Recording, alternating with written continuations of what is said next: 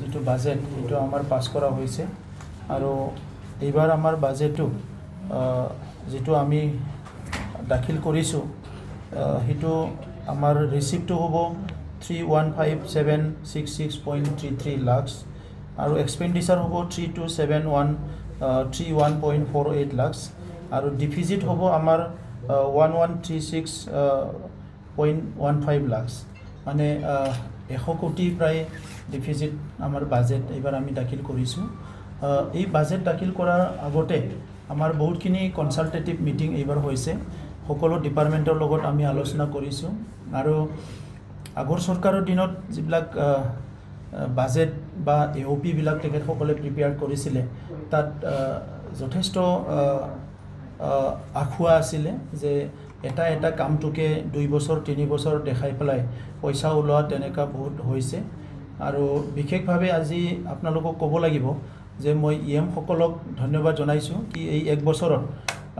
আমাৰ যেটো সৰকাৰ গঠন কৰাৰ লগে লগে যেটো আমাৰ সিদ্ধান্ত আছিল যে আমি কোনো লায়াবিলিটি নকৰো সো আমাৰ কোনো ইএমএ আমাৰ কোনো ডিপাৰ্টমেন্টে এতিয়ালৈকে লায়াবিলিটি কৰা নাই আগৰ সৰকাৰৰ যেটো 2300 কোটি লায়াবিলিটি হিটু লৈ প্লাই আমাৰ গভৰ্নমেন্টে খুব চিন্তিত হৈ আছে কাৰণ কিছুমানে কয় 32 কোটি টকাৰ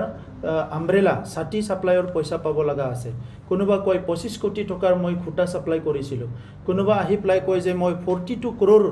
মানে 42 crore পইচাৰ মানে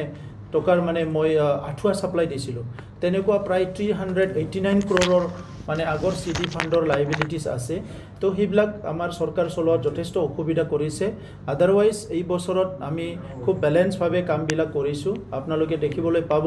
বহুতখিনি স্কুল মেৰামতি হৈছে বহুতখিনি ৰাস্তা বনাবলৈ পাৰিছো মই অসমৰ মুখ্যমন্ত্ৰী ডক্টৰ হিমন্ত বিশ্ব শৰ্মা ডাঙৰীয়াক ধন্যবাদ জনাইছো আমাৰ সৰকাৰ গঠন কৰাৰ পিছত আমাৰ ফাইনান্সিয়ালি বহুত বেয়া অৱস্থা আছিল কিন্তু তেখেতে আমাক ডাইৰেক্ট এটা গুডউইল মিশন ডিপ্লাই প্ৰায় 500কে অধিক কিলোমিটাৰ ৰাস্তা নিৰ্মাণ কৰাত আমাক সহায় কৰিছে আৰু এতিয়াও আমাৰ বদলেন অঞ্চলত এটা ডাঙৰ ইনফ্ৰাষ্ট্ৰাকচাৰ গেপ আছে এই আমাৰ বাজেটত আমি চেষ্টা কৰিছো যে এইখিনি যিমানখিনি আমি পাৰো এবাৰ নিৰ্মাণ কৰাৰ কাৰণে বিশেষভাৱে আমাৰ এই 17 বছৰীয়া যেটো কাউন্সিল এই 17-18 বছৰীয়া কাউন্সিলত ইয়াত কোনো ইএমৰ কাৰণে এটাও হোস্টেল নাই বা ৰেসিডেন্স নাই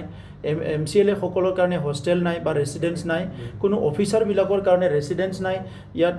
কোকৰাঝাৰত ভাল গেষ্ট হাউস এটা নাই কোনো এটা ডিস্ট্ৰিক্টত ভাল অডিটৰিয়াম নাই কোনো এটা সাব ডিভিজনত ভাল অডিটৰিয়াম নাই মানে ইনফ্ৰাষ্ট্ৰাকচাৰ গেপটো মানে হিউজ গেপ আছে বহুতখিনি দলং বনাব লগা আছে ৰাস্তা বনাব লগা আছে পৰ্বতজৰা সাব ডিভিজনটো ওয়াৰ্স কন্ডিশনত আছে মানে ৰোড কানেক্টিভিটি সো বহুতখিনি গেপ আমাৰ মাজত আছে এটো আমি পুৰা কৰিবলৈ আমাৰ তাত যিখিনি এসওপিডিৰ পইচা আহিব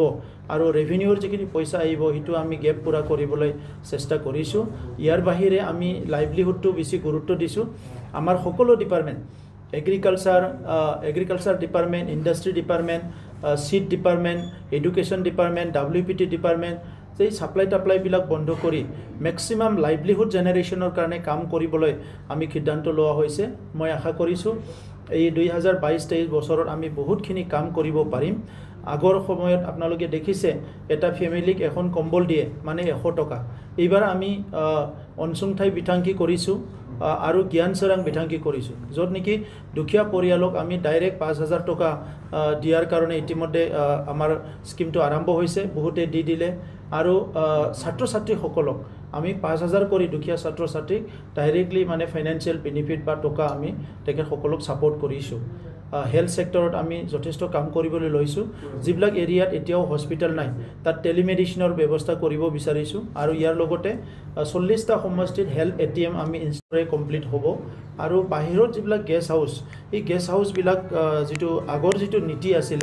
এই নীতি বিলাক প্ৰপাৰলি নোহোৱাৰ কাৰণে এই গেষ্ট হাউস বিলাক মেইনটেইন কৰাটো খুব অসুবিধা হৈছে তাত কোনো ৰেভিনিউ জেনাৰেট নহয় কোনোবা এটা গেষ্ট হাউসত যদি ৰেভিনিউটো আমি 10 লাখ পাওঁ তাত আমি বছৰত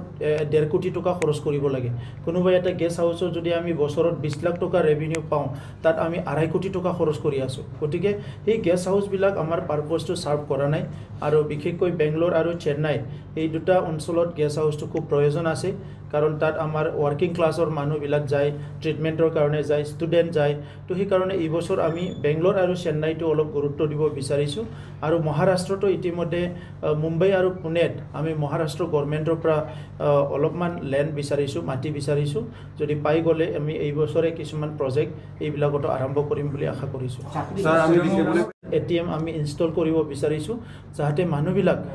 MRI কৰা কি কয় ব্লাড টেষ্ট কৰাৰ নামত বিভিন্ন টেষ্ট কৰাৰ নামত বহুত পইচা দিব লগা হয় এইটো ফ্ৰী অফ কষ্ট তেখেতসকলে নিজৰ টেষ্টবিলাক কৰিব পৰা যায় শিক্ষাৰ ক্ষেত্ৰত আমি বিশেষভাৱে টিচাৰ ট্ৰেইনিংটো আমি গুৰুত্ব সহকাৰে লৈছোঁ আৰু ইয়াৰ বাহিৰে যিখিনি আমাৰ ইনফ্ৰাষ্ট্ৰাকচাৰ লগতে কোৱালিটি এডুকেশ্যন দিব লাগে ইয়াৰ কাৰণে বেছিভাগে কাম কৰাৰ কাৰণে আমি সিদ্ধান্ত লৈছোঁ গতিকে এই বছৰৰ বাজেটত আমি বহুতখিনি নতুন কাম কৰাৰ কাৰণে হাতত লৈছোঁ আৰু আশা কৰিছোঁ যে এই বছৰত আমি এই কামবিলাক সম্পূৰ্ণ কৰিব পাৰিম এইটো লৈ পেলাই আমি এই বছৰ বহুতখিনি জাগাত এভেকশ্যন কৰাৰ কাৰণে বা যিখিনি এনক্ৰ'চ হৈছে সেইখিনি ৰুট কৰাৰ কাৰণে কিছুমান ব্যৱস্থা ল'বলৈ গৈ আছোঁ আৰু মানুহবিলাকক ৰিলোকেট কৰাৰো আমি চিন্তা চৰ্চা কৰিছোঁ আমাৰ মুখ্যমন্ত্ৰী ডাঙৰীয়াক বিচাৰিছে কি বহুতখিনি অঞ্চলত আমাৰ এফৰেষ্টেশ্যনটো পুনৰ হ'ব লাগে জলবায়ুৰ যিটো কথা ক্লাইমেট চেঞ্জ গ্ল'বেল ৱাৰ্মিঙৰ কথা যিটো চলি আছে সেইটো লৈ পেলাই আমিও চিন্তিত আৰু সেইকাৰণে এইবাৰ আমি প্ৰায় 1400 ফেমিলিক ৰিলোকেট কৰি এটা বেলেগ প্লেছত এটা মডেল ভিলেজ বনাই তাত ল'বলৈ গৈ আছোঁ আৰু সেই অঞ্চলখিনি পূৰা এফৰেষ্টেশ্যন কৰা হ'ব মেইন এলিফেণ্ট কনফ্লিক্টটো নজৰ ৰাখি ফৰেষ্ট কোৱালিটি ডেভেলপমেণ্টৰ কাৰণে আমাৰ যিখিনি পইচা আছে সেই পইচাৰ দ্বাৰা আমি কাম কৰিবলৈ গৈ আছোঁ যাতে এলিফেণ্টবিলাকে খাদ্য বিচাৰি বাহিৰত আহিব লগা নহয় সকলো বস্তু ভিতৰত পালে তেখেতসকলে মানুহৰ ঘৰ ভাঙিবলৈ নাহিব আমাৰ এনেকুৱা লাগিছে তো সেইকাৰণে ইয়াৰ কাৰণে আমি কাম কৰিবলৈ লৈছোঁ আৰু এই বছৰ মেচিভ যিটো আছে প্লেণ্টেশ্যন হ'ব বহুত এৰিয়াত ইয়াৰ কাৰণে অলৰেডি আমি প্ৰিপাৰেশ্যন কৰিছোঁ আৰু 4টাকৈ নাৰ্চাৰী ফৰেষ্ট ডিপাৰ্টমেণ্টে ইতিমধ্যে আৰম্ভ কৰিছে এই নাৰ্চাৰীত বহুতখিনি চিপলিংবিলাক ডেভেলপ কৰা হ'ব আৰু সেইবিলাক ফৰেষ্টত মানে যিবিলাক আমাৰ ছ'চিয়েল ফৰেষ্টেই হওক বা ৰিজাৰ্ভ ফৰেষ্টেই হওক ইয়াত প্লেণ্টেশ্যনবিলাক কৰা হ'ব out of 7-star guest house like high quality qualified নাই সেইটো মানে আমাৰ কোকৰাঝাৰৰ কাৰণে কোৱা হৈছে যে কোকৰাঝাৰত আজি চিফ মিনিষ্টাৰ আহিলে প্ৰাইম মিনিষ্টাৰ আহিলে বা কোনোবা হোম মিনিষ্টাৰ আহি যদি ৰেষ্ট ল'ব লাগে বা কোনোবা এজন কেন্দ্ৰীয় মন্ত্ৰী আহিব লাগে ইয়াত থাকিবলৈ জেগা নাই ইয়াৰ কাৰণে বহুতখিনি প্ৰগ্ৰাম আমি কেঞ্চেল কৰিব লগা হৈছে তো সেইকাৰণে এই বছৰ আমি আৰম্ভ কৰিব বিচাৰিছোঁ আৰু আশা কৰিছোঁ অহা 8 মাহৰ ভিতৰত সেইটো কমপ্লিট হ'ব আমি যিটো কনচালটেণ্ট গ্ৰুপৰ লগত কথা পাতি আছোঁ যে কোকৰাঝাৰত এটা মানে ডাঙৰ এটা গেষ্ট হাউচ ভাল এটা গেষ্ট হাউচ নিৰ্মাণ কৰা হ'ব আৰু ইয়াৰ লগতে প্ৰত্যেকটো জিলাত আমাৰ তৰফৰ পৰা 300 মানুহ মানে বহি পেলাই মিটিং কৰিব পৰা 5খন অডিটৰিয়াম আমি নিৰ্মাণ কৰিবলৈ গৈ আছোঁ সেইটো এই বছৰে কমপ্লিট